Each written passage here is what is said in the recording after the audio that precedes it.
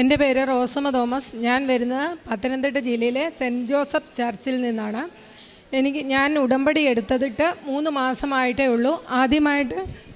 ആദ്യമായിട്ട് പുതുക്കാൻ വന്നതാണ്. എനിക്ക് കിട്ടിയ ആത്മീയ അനുഗ്രഹമാണ് ഞാൻ ആദ്യം പറയുന്നത്. നമുക്ക് ഒത്തിരി പ്രാർത്ഥിക്കുവാനായിട്ടുള്ളൊരു അനുഗ്രഹം എനിക്ക് കിട്ടി. ഞാൻ വെറുതെ ആയിരിക്കും, എൻ്റെ മനസ്സ് ഫ്രീ ആയിട്ടിരിക്കുന്ന സമയത്തെല്ലാം എൻ്റെ മനസ്സിലേക്ക് വിശ്വാസ പ്രമാണം കടന്നു വരാറുണ്ട്. ഞാൻ ഒരു കടയിൽ പത്തനംതിട്ടയിൽ ജോലിക്ക് പോകുന്നുണ്ട്. 2018 വെള്ളപ്പൊക്കത്തിൻ്റെ മുൻപ് ആ സമയത്താണ് കൃപാസനത്തെപ്പറ്റി അറിയാൻ സാധിച്ചത്. ഞാൻ ജോലി ചെയ്യുന്ന കടയിലെ അച്ചായൻ്റെ പെങ്ങളാണ് എനിക്ക് ഒരു 6-7 കൃപാസന പത്രവും 2 ഉടമ്പടി പുസ്തകവും എനിക്ക് കൊണ്ടു തന്നത്. അന്ന് എന്നോട് പറഞ്ഞു, റോസിക്ക് പോകാനായിട്ട് ഇത്രയും ദൂരമുണ്ടല്ലോ, ഒരു പ്രാവശ്യം അങ്ങാണ്ട് ഉള്ള ആ സമയത്ത് ഉടമ്പടി ഭയങ്കര ബുദ്ധിമുട്ടായിരിക്കും ഇവിടെ വന്ന് എടുക്കാനായിട്ട്, എങ്കിലും പ്രാർത്ഥിക്കണം, കൃപാസനം പള്ളിയിൽ കൊണ്ട് കൊടുക്കണമെന്ന് പറഞ്ഞു. ഞാൻ അതുപോലെ സൺഡേയിൽ പള്ളിയിൽ പോയപ്പോൾ കൃപാസന പത്രം പള്ളിയിൽ എല്ലാവർക്കും കൊടുത്തു. പുസ്തകം ഒന്ന് എൻ്റെ കയ്യിൽ വെച്ചു, ഒന്ന് വേറെ ആർക്കോ ഒരാൾക്ക് ഞാൻ കൊടുത്തു. ആർക്കാന്ന് മറന്നുപോയി. അതിനുശേഷം ആ പുസ്തകം ഞാൻ ഇടയ്ക്ക് വായിച്ചു, പകുതി വെച്ച് അത് നിർത്തി. അത് കഴിഞ്ഞതിന് ശേഷം ഈ കഴിഞ്ഞ കുറച്ച് നാളായിട്ട് കൃപാസനത്തിൽ പോകണം എന്നുള്ളൊരു തോന്നലുണ്ടായി. എനിക്ക് ഇടയ്ക്കിടയ്ക്ക് കൃപാസനം ഇങ്ങനെ കിട്ടുമായിരുന്നു. അവിടെ നിന്ന് ഞാൻ കൃപാസനത്തിൽ വരാൻ കാരണം, ജോലി ചെയ്യുന്ന കടയിൽ എൻ്റെ ഒരു കസിൻ ആൻറ്റി വണ്ടി ബാക്കി പാർക്ക് ചെയ്തിട്ട് ഒരു ഒച്ചയായപ്പോഴത്തേക്കും തിരിച്ചു വന്നു. ഞാൻ ചോദിച്ചു, ഹോസ്പിറ്റലിൽ പോയതാണോ ചോദിച്ചപ്പോൾ അല്ല, കൃപാസനത്തിൽ പോയതാണെന്ന് പറഞ്ഞു. അപ്പം ഞങ്ങൾക്ക് വരണമെങ്കിൽ ഒത്തിരി ദൂരമായതുകൊണ്ട് ഞാൻ വിചാരിച്ചിരുന്നത് എങ്ങനെ വരും എന്നുള്ളൊരു ഭയങ്കര ഒരു ബുദ്ധിമുട്ടുണ്ടായിരുന്നു. ചേച്ചി പറഞ്ഞ് 2:30 ആയപ്പോൾ എനിക്ക് വരാൻ പറ്റി. ഇവിടുന്ന് ഒറ്റ ബസ്സുണ്ട്. അങ്ങനെ ഞാനിവിടെ കൃപാസനത്തിൽ ആദ്യമായിട്ട് 2024 ഫെബ്രുവരി 10 എത്തുന്നത്.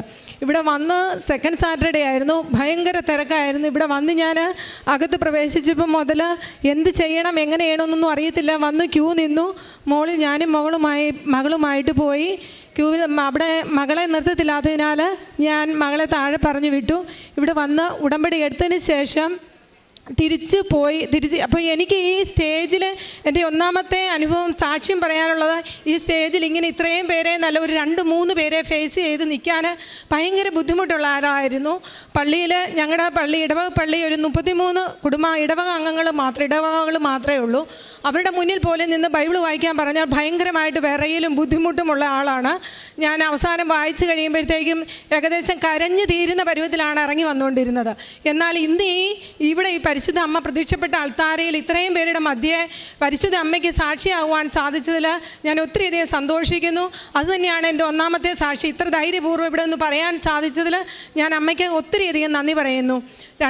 അത് കഴിഞ്ഞതിന് ശേഷം ഞാൻ ഇവിടുന്ന് പോയി.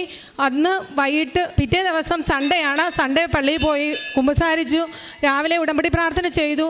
വന്ന് അത് കഴിഞ്ഞ് സന്ധ്യാപ്രാർത്ഥന കഴിഞ്ഞ് ഞാൻ പ്രാർത്ഥന ചൊല്ലി ബൈബിൾ വായിക്കണമല്ലോ. ബൈബിൾ കുറേ നേരം വായിച്ചതിന് ശേഷം എനിക്ക് വായന നിർത്താൻ പറ്റുന്നില്ല. 12 മണി ആയപ്പോഴത്തേക്കും ഞാൻ ബൈബിൾ വായന നിർത്തി പോയി കിടന്നുറങ്ങി. ഏതാണ്ട് രാത്രിയിൽ 3 മണിയായ സമയത്ത് ഒരു ശബ്ദം എൻ്റെ കാതിലേക്ക് ഭയങ്കര ശക്തിയോടെ ഒരു മെയിൽ വോയിസ് തുളച്ച് കയറുന്ന ശബ്ദമാണ് കേട്ടത്. യെശയ്യാ 45:5 ഞാനാണ് കർത്താവ്, ഞാനല്ലാതെ മറ്റൊരു കർത്താവില്ല, ഞാനാണ് ദൈവം, ഞാനല്ലാതെ മറ്റൊരു ദൈവമില്ല, നീ എന്നെ അറിയുന്നില്ലെങ്കിലും ഞാൻ നിൻ്റെ അരമുറുക്കി. ഈ വചനം കേട്ടില്ല. സൗണ്ട് യെശയ്യാ 45:5. ഞാൻ പെട്ടെന്ന് ചാടി എണീറ്റു, ലൈറ്റ് ഇട്ടു. എനിക്ക് കിടന്നുറങ്ങാൻ പറ്റുന്നില്ല. ബൈബിൾ എടുത്തില്ല. വീണ്ടും കിടന്നു. ഉറങ്ങാൻ സാധിച്ചില്ല. വീണ്ടും ഞാൻ കിടന്നപ്പോഴത്തേക്കും ബൈബിൾ തുറക്കാമെന്നുള്ളൊരു പ്രേരണ കിട്ടി. ബൈബിൾ തുറന്നപ്പം വചനം ഇതാണ്. പിറ്റേ ദിവസം രാവിലെയായി. അപ്പോൾ എനിക്ക് മറ്റുള്ളവരുടെ മുമ്പിൽ വിശ്വാസമാണ്, മാതാവിനെ ഒത്തിരി വിശ്വാസമാണ്. അവരോടിങ്ങനെ എൻ്റെ കുടുംബത്തിൽ മാത്രം എല്ലാവരോടും പ്രാർത്ഥിക്കണം, ഞാൻ പ്രാർത്ഥിക്കാം, അല്ലെ എന്നെ വ്യക്തിപരമായിട്ട് അറിയാവുന്നവരോട് ഞാൻ പറയും പ്രാർത്ഥിക്കാവുന്ന. പക്ഷെങ്കിൽ പൊതുസമൂഹത്തിലല്ലേ മറ്റൊരിടത്ത് ചെന്ന് ഞാൻ പ്രാർത്ഥിക്കാം എന്ന് പറയാനോ പ്രാർത്ഥിക്കാനോ എനിക്ക് ധൈര്യമില്ല. ചമ്മലാണ്, ഭയങ്കര ചമ്മലാണ്.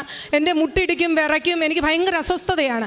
എന്നാൽ അന്ന് രാവിലെ ഞാൻ തുണി കഴുകിക്കൊണ്ട് നിന്നപ്പോൾ തന്നെ പെട്ടെന്ന് എന്നോട് പറഞ്ഞു, ഞങ്ങളുടെ അടുത്തൊരു അമ്മച്ചി വയ്യാതെ കിടപ്പുണ്ട്, അമ്മച്ചിയെ പോയി നീ കാണ്, കൃപാസനം പത്രം കൊടുക്കുക, പ്രാർത്ഥിക്ക്.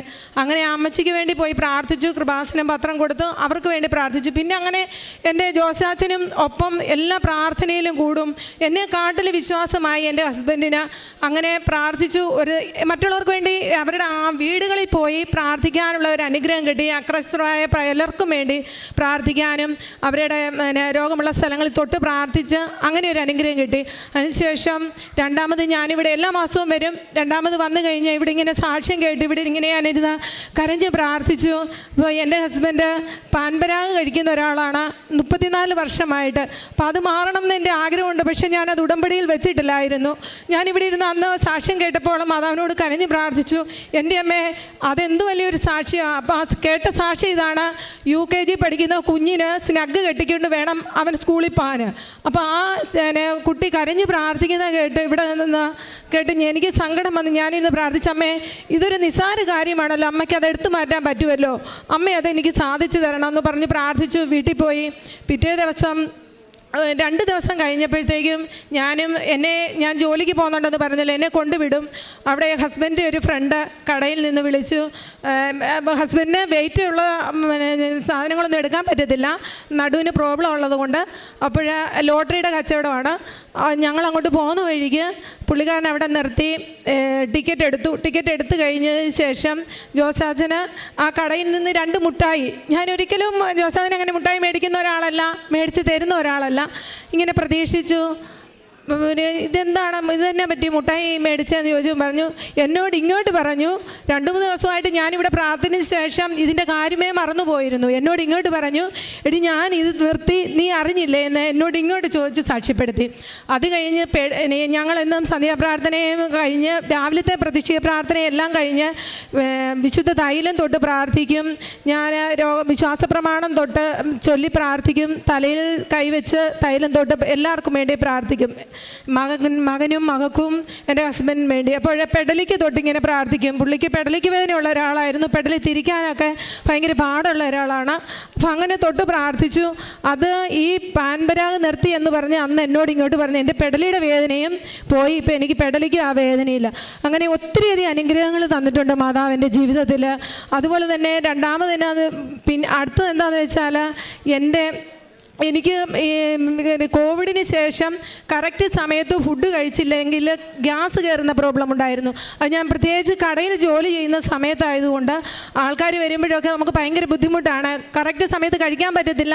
തന്നെയല്ല കഴിച്ചു കഴിഞ്ഞാൽ ഒരു 10-20 മിനിറ്റ് എനിക്ക് ഭയങ്കര ബുദ്ധിമുട്ടാണ്. വയറമ്മക്കി പിടിച്ച് എവിടെയെങ്കിലും മാറിയിരിക്കുമോ അല്ലെ സ്പ്രൈറ്റോ അതെന്തുപോലെ കുടിക്കുകയോ ഒക്കെ ചെയ്യണം.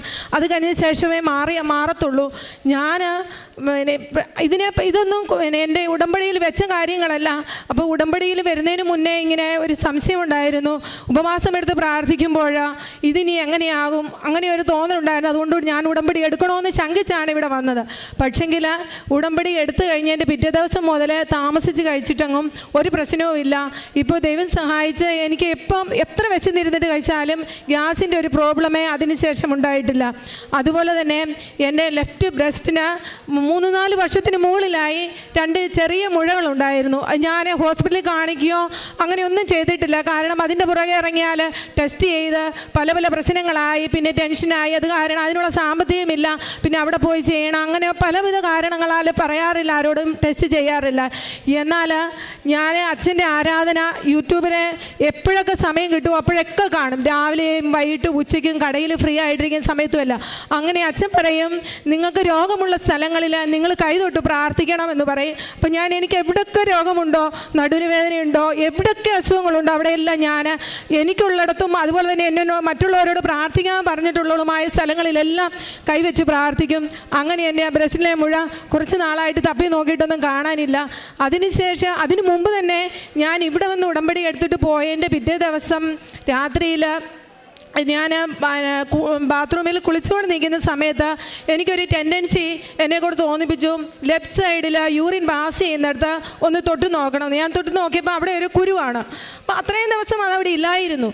ഞാൻ പ്രാർത്ഥിച്ചു, മാതാവേ നീ എന്നെ പരീക്ഷിക്കുകയാണോ ഞാൻ ഇവിടെ വന്നതിന്? അപ്പം എനിക്കറിയാം ഇത് മാറുമെന്ന് ഉറപ്പാണ് എന്ന് പറഞ്ഞ് ഞാൻ പ്രാർത്ഥന കഴിഞ്ഞ് തൈലം തൊട്ട് പ്രാർത്ഥിച്ചു. അതിനുശേഷം പിറ്റേ ദിവസം ആ കുരു അവിടെ കണ്ടില്ല.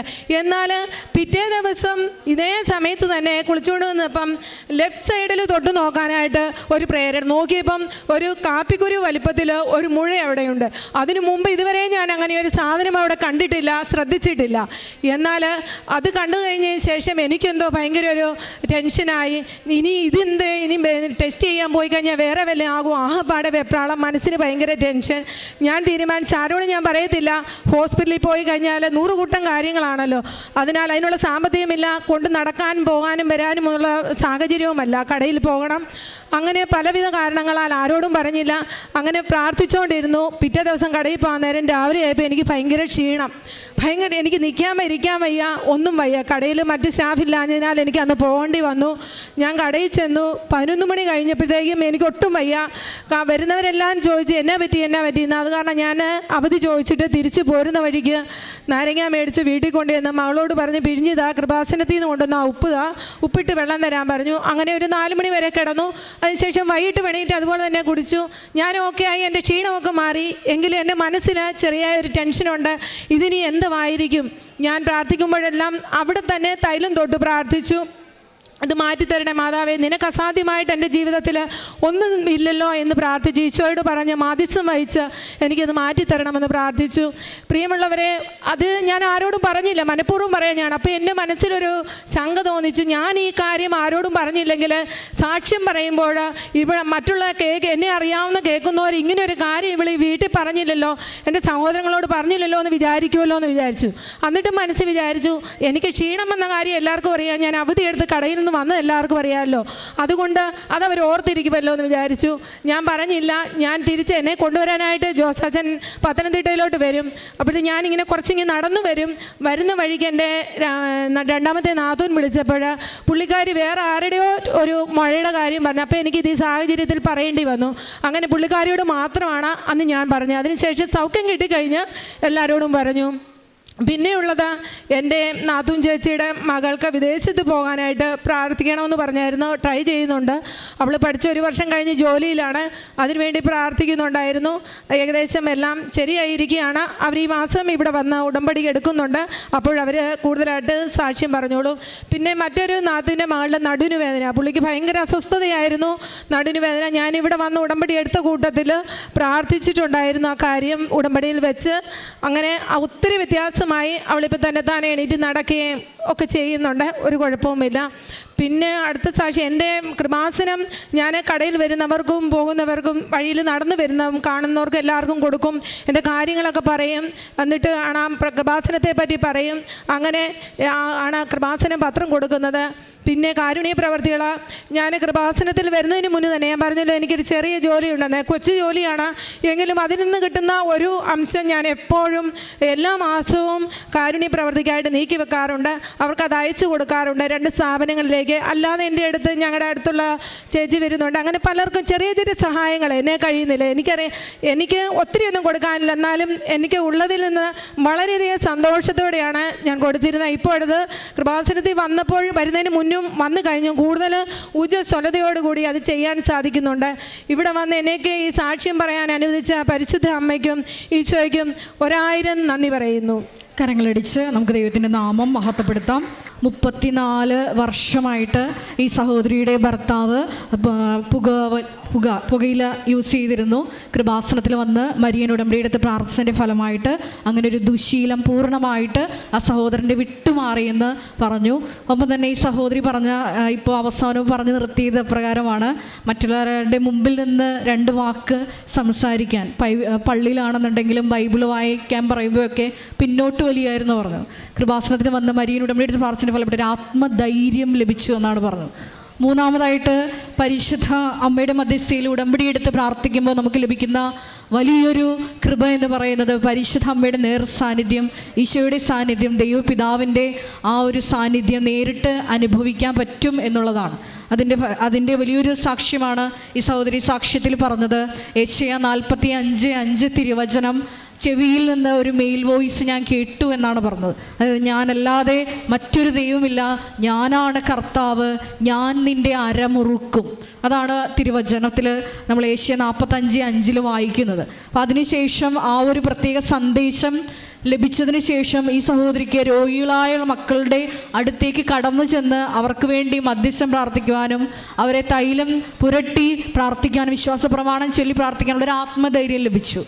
പരിശുദ്ധ അമ്മയുടെ മധ്യസ്ഥയിൽ ഉടമ്പടിയെടുത്ത് പ്രാർത്ഥിക്കുമ്പോൾ നമുക്ക് കിട്ടുന്ന വലിയൊരു കൃപയാണത്. അതായത് പരിശുദ്ധ അമ്മ നമ്മുടെ കൂടെ നിന്ന് നമ്മളെ ശക്തിപ്പെടുത്തും, ദൈവപിതാവിൻ്റെ വലിയ സാന്നിധ്യം ഉണ്ടാവും. അതിൻ്റെ ഒരു വലിയ സാക്ഷ്യമാണ് പറഞ്ഞത്. ഒപ്പം തന്നെ ചില അസുഖങ്ങൾ, അതായത് യൂറിൻ പാസ് ചെയ്യുന്ന ഭാഗത്ത് ഒരു അസുഖം വരാൻ പോകുമ്പോൾ അതൊരു കോംപ്ലിക്കേറ്റഡ് ആയിട്ടുള്ള ഡിസീസിൽ കടക്കുന്നതിന് മുമ്പ് തന്നെ ദൈവമാതാവിനെ കുറിച്ചൊരു സൂചന നൽകുകയും ഉടമ്പടി തൈലം പുരട്ടി പ്രാർത്ഥനയുടെ ഫലമായിട്ട് പൂർണ്ണ സൗഖ്യം കിട്ടിയെന്നാണ് ഈ സാക്ഷ്യത്തിൽ പറഞ്ഞത്. അപ്പം മരിയൻ ഉടമ്പടി വഴിയായിട്ട് ഈ കുടുംബത്തിൽ ലഭിച്ച എല്ലാ അനുഗ്രഹങ്ങൾക്കും, ചെറുതും വലുതുമായിട്ടുള്ള എല്ലാ അനുഗ്രഹങ്ങൾക്കും നമുക്ക് കരങ്ങളടിച്ച് ഒരിക്കൽ കൂടി ദൈവമാതാവിനെയും ദൈവപിതാവിനെയും മഹത്വപ്പെടുത്താം. അത്യപൂർവ ദൈവാനുഭവങ്ങൾ ഇനി നിങ്ങൾക്കും സ്വന്തം.